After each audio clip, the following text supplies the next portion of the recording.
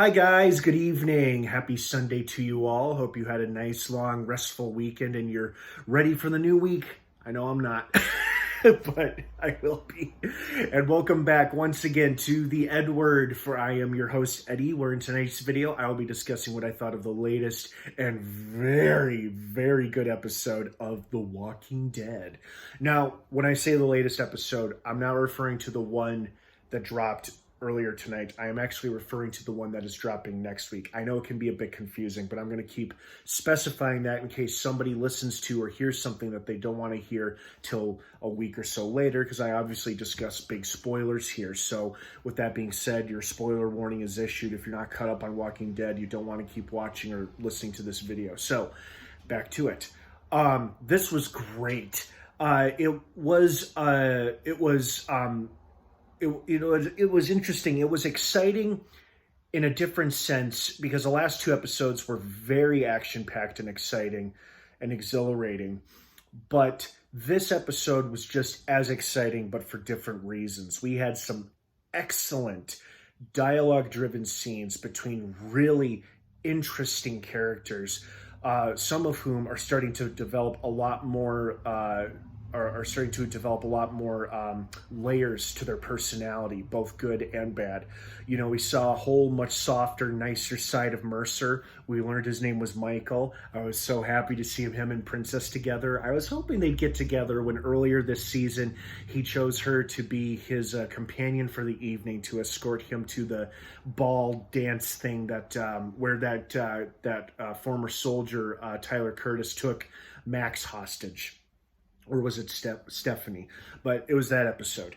So I was happy to see Mercer and Princess together. And I also like seeing the scene between him and his sister Max, where both of them clearly benefit and work in the system, but they both acknowledge that the system is very much broken and could use a serious fixing for real serious issues. And now with the newer people coming in, our main core of characters, I think they're starting to see that they could actually do something about it. And despite killing two of his own men, both of whom were total pieces of shit bastards, by the way, working for that little shit Sebastian, it still unnerved and bothered him because he's such a rule follower that threw him for a loop. But thank goodness he's got Princess there to keep him feeling not so bad about it. So I really liked seeing this whole new other side of Mercer, and I'm starting to lean towards that Lance is indeed a villain, but I don't feel like he necessarily threatens our characters yet. I think he threatens mostly the idea of the Commonwealth. He doesn't necessarily threaten Commonwealth, but he threatens the idea of it. And there's something that is a little off about this guy, and I feel like he doesn't necessarily want to kill or hurt any of our characters, but I think he will kill or hurt anyone who gets in his way. And unfortunately, that may or may not be our characters, but Lance is a hard one to figure out. You could argue that, yeah, he's crazy, he's a psychopath, or he's a power-hungry, mad little man. He could be, but there also could be something else going on we just don't know about yet that may shed him in a whole new light. I'm not sure. I'm not familiar with this story from the comics or his character or what happens to him, and I'm intentionally avoiding anything comic book related because I really don't want to ruin anything for myself if it happens to be adapted into the show. But there's some great scenes between him, Daryl, Maggie, Elijah. He even tries interrogating little Herschel there. But Herschel is a smart kid. His parents are both smart, and he knew better than to say anything to this Lance guy. And I also loved how stoic and